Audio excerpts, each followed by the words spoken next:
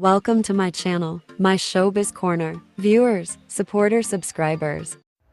Hello Aiden! Welcome back to my channel. Vote na sa aking description box below. I-click nyo lang at quarterfinals na pasok ang SB19.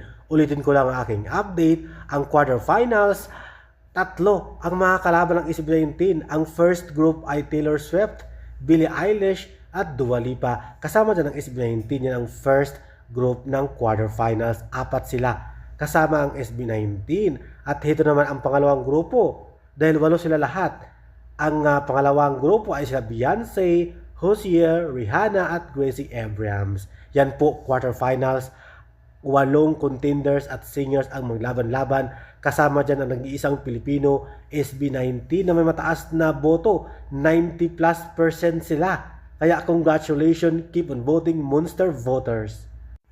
Ulitin ko po, 8 singers, 2 grupo ang naglaban-laban sa quarterfinals.